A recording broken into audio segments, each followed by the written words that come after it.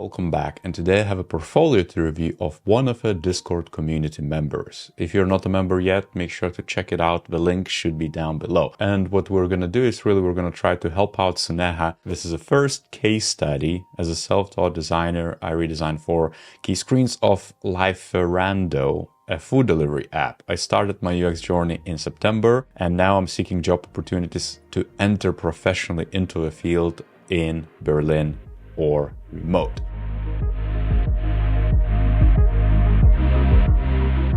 Now, the actual case study is on Medium. There is a representation layer. Again, this is where I would immediately, this is quite subjective, but also not so much, with a banner, focus on the actual outcome of the actual experience. You kind of try to put the viewer in user's lens and stuff, but give me a bit more out of the actual end result. Maybe there should be a meal next to this app, or maybe there should be something like a to-do list note which says get lunch at this time or something along those lines. Putting a book, let's say, of Annie Leibovitz at work is, I guess, by proxy kind of is there, but it looks like a stock photo given how much emphasis it is on the actual book, but not so much on your product or end product design. I like to annotate things in your portfolio so you clearly represent what is what. So with overview here, I would kind of question, why do you want to list out the tools? To me, that's quite redundant, and they're given. Like, nobody's going to give you a job just because you know Notion, because Notion could be picked up in 2 hours if you really want to use it. Same for Figma. You could learn the basics over a weekend. Like, keep those for resume, or keep those for somewhere where, you could match those job spec specific keywords and so forth. Location also, doesn't really matter where it was done. I would question that too. It's a resume type of factor. If you're based in Berlin or Germany, you can kind of put it in your resume, but it doesn't need to be in your case study. It doesn't really matter where you could make this from Antarctica and nobody would give a damn as long as the actual project is decent. I would more so focus on things like the methods you used, maybe new tools from UX perspective, maybe some sort of interesting research method or framework you used, or maybe you just gonna, use something like systemic design framework in this specific case, trialing it out and being kind of upfront.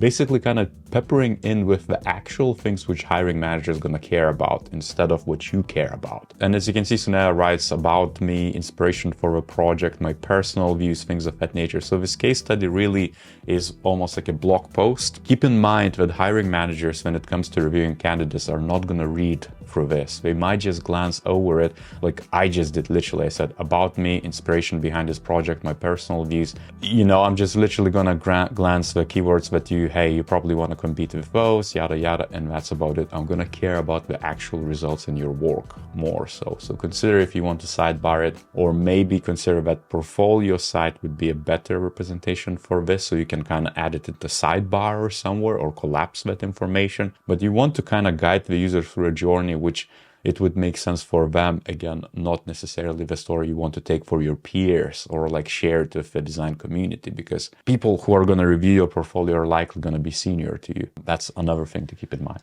Now, problem statement. The Lieferando app is challenging to use, requiring too much effort for users to place orders and update to its design. Redesign 4 key screens of Lieferando app. So typically, I would divide your case study into 3 different blocks. Problem is a good one to have, and that's should be framed around the business goals, but also about the actual user needs. So that's quite important. Should really portray both of them. Let's say you stating that Lieferando app is challenging to use. Well, why is the redesign needed now for the business? Why would the business come to and ask you to update their usability, let's say? There should be some sort of commercial value. You don't need to go and kind of boil the ocean, but you just need to kind of reflect, hey, maybe we just want to expand. Maybe their competition is taking over because they're more usable, apps, which likely is the case, let's say. So if you just borrow that notion and say you want to better compete with other players in the market and capture a market, bam, you immediately have a good business commercial need.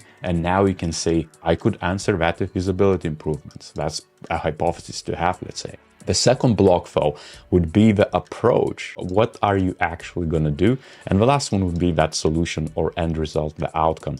And your solution here, I know this is a summary, right? But just so it kind of permeates with everything else, I'm going to quickly review because I'm spending a lot of time here. but it's important. The solution itself should not just focus about the app. I have redesigned 4 screens. Nobody's gonna care if you redesign 4 or 20 or 100.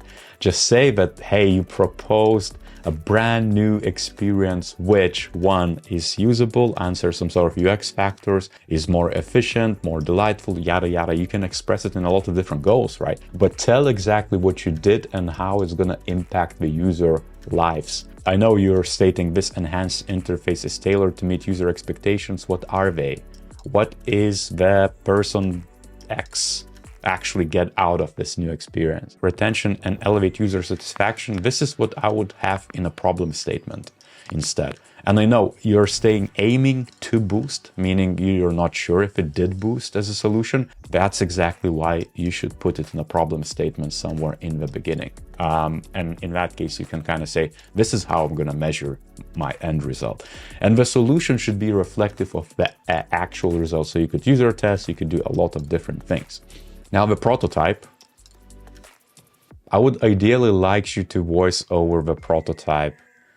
As you can see, it's not muted. Like, just tell me, or show messaging, you know, things of that nature. I know you're using Loom to record this, but you could go a bit extra mile and just show the benefit for the users. Like, hey, they can pick this item quicker, or hey, this is like a massive improvement and it's going to save them like 10 seconds or so of like the different journeys. And, you know, think about all the things about the benefits for the actual user. What does that usability or, you know, credibility, findability, a lot of different factors could mean. How is that value expressed here? Secondary research, iterations, interviews, usability testing, synthesis, final design, prototyping, user testing. It looks quite linear.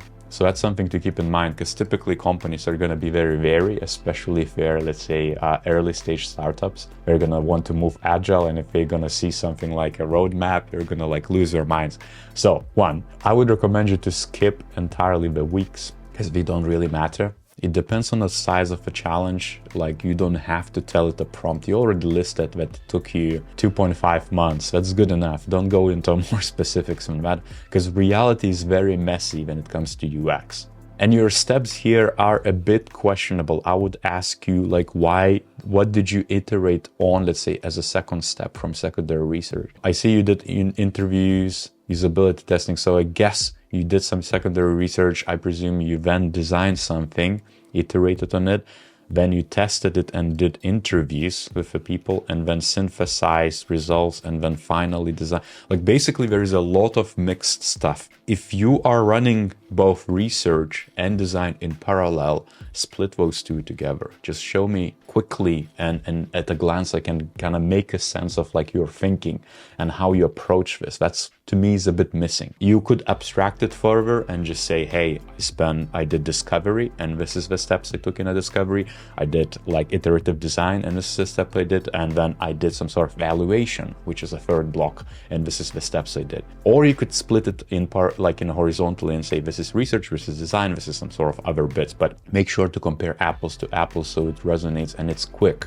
Again, your approach is your approach. You chose it. I would question, like, why didn't you do, let's say, use interviews to begin with the actual people, like, plus like secondary research, but with interviews, instead of just jumping into the prototypes and then trying to test and only then interview. Make sure to reflect, make sure to kind of like present it right, so it makes sense for someone who has no idea what you went through. That's the most important part.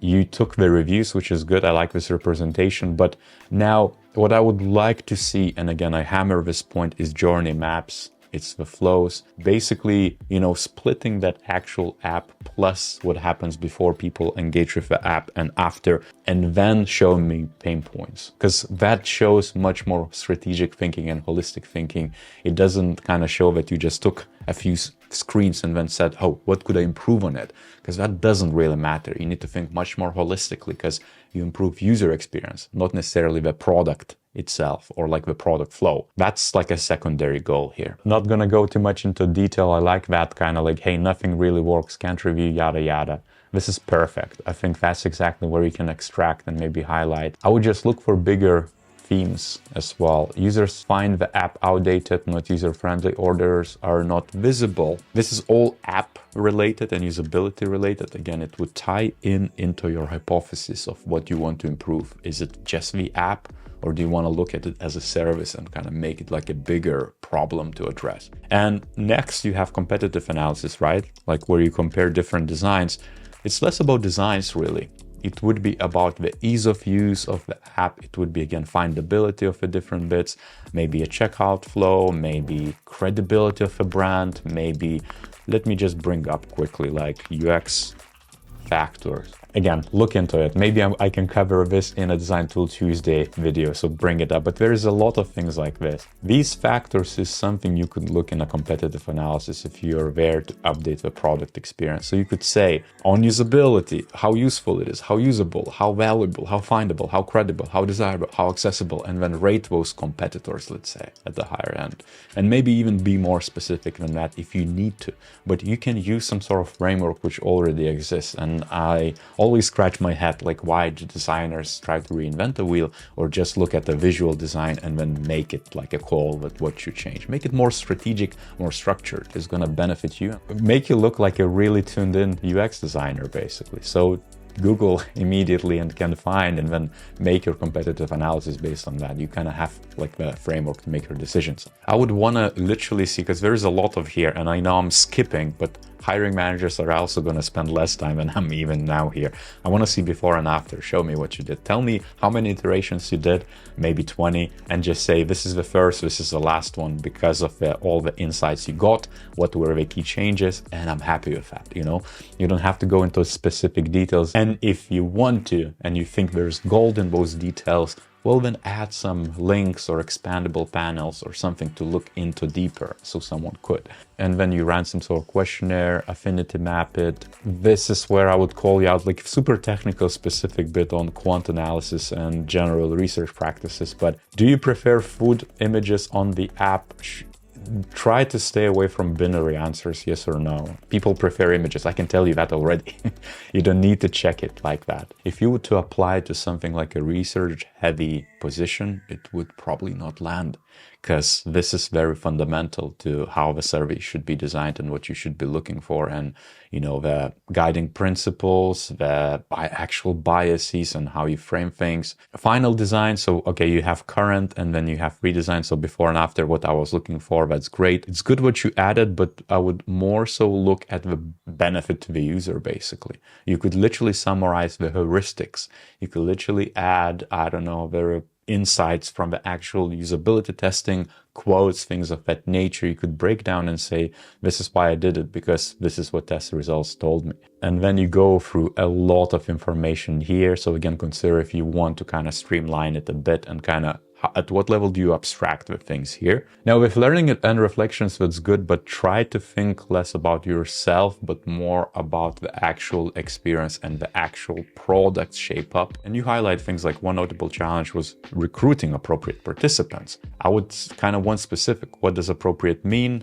What were the hurdles, challenges? How much would you want to do? I would literally reflect and add specifics that, hey, I interviewed 3 people, but I would like to interview 20 or whatever is the number. But basically say exactly the segments and what you would want to do. And then acknowledgement to the mentor, which is great.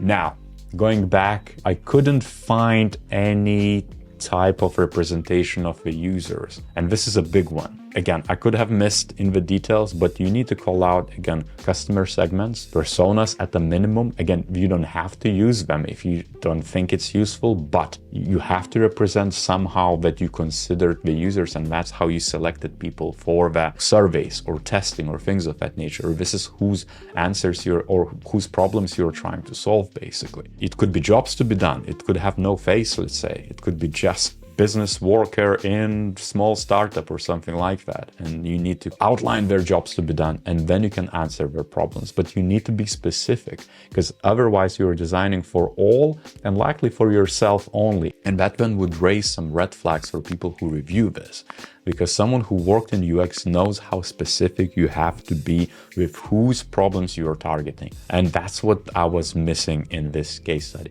And again, I'm looking to the community to add more notes in the comments. So please do add any notes for Suneha so they can actually, further improve this or consider it in the next project if you don't want to reflect and do another iteration. Other than that, I hope this is helpful. I hope you enjoyed this video. And on that note, I'll see you next time.